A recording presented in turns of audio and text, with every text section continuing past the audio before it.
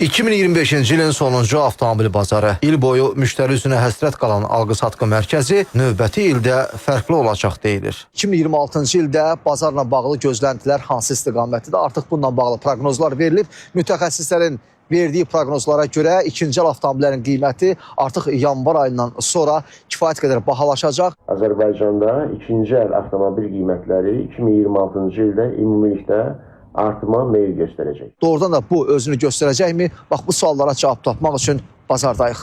Əvvəlcə mövcud qiymətlərdən danışaq. Bahadır da qiymətlər. Neçə axtarırdınız ki, neçə alacağınız maşın indi neçə olubdur? Demək olar ki, belə maşınlarda 3-4 min qalxıb. 22-23 minə olan maşınlar düşmüş Düşmüşdə 18-ə, indi təzdən yavaş-yavaş qalxır həmən qiymətə. Zaman göstərir, vaxt göstərir ki, Artıq indən görürsünüz ki, indən göstərir ki, qiymətlər fərq edir qiymətlər. Ola bilər ki, 26-cı ildə qiymətlər biraz da qalxsın. Bahalaşma təkcə daxili bazarda müşahidə edilmir. Xarici ölkələrdə də ikinci el avtomobillərin qiyməti artıb. Koreyadan və digər ölkələrdən avtomobil əvvəlki aylarla müqayisədə nə qədər qalxıb yerində? Təxmini 1500-2000 dollar. Maraqlısı isə odur ki, bu bahalaşmanın fonunda əksəriyyət elə hesab edir ki, ikinci el avtomobil bazarında alıcılıq da artacaq. Sizcə 2026-da bazar düzələcək? 100%.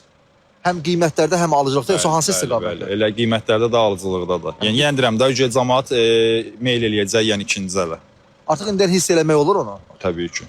Yəni son belə deyim də 20-25 gündə ümumiyyətlə yəni alıcı çox artıb. İkinci ələ yəni tələbat çoxalıb. 2026-cı ildə avtomobil bazarında gözləntilər bir neçə mühüm amilə görə formalaşacaq. Həm qiymət, həm tələb təklif dinamikaları baxımından, həm də bazar strukturu baxımından. Yəni qiymət və alqı-satqıda artım dinamikası kəskin dərəcədə özünü göstərəcək. Əslində bu proqnoz bazarın mövcud vəziyyəti təhlil edilərək verilir. Amma real vəziyyəti təbii ki zaman göstərəcək.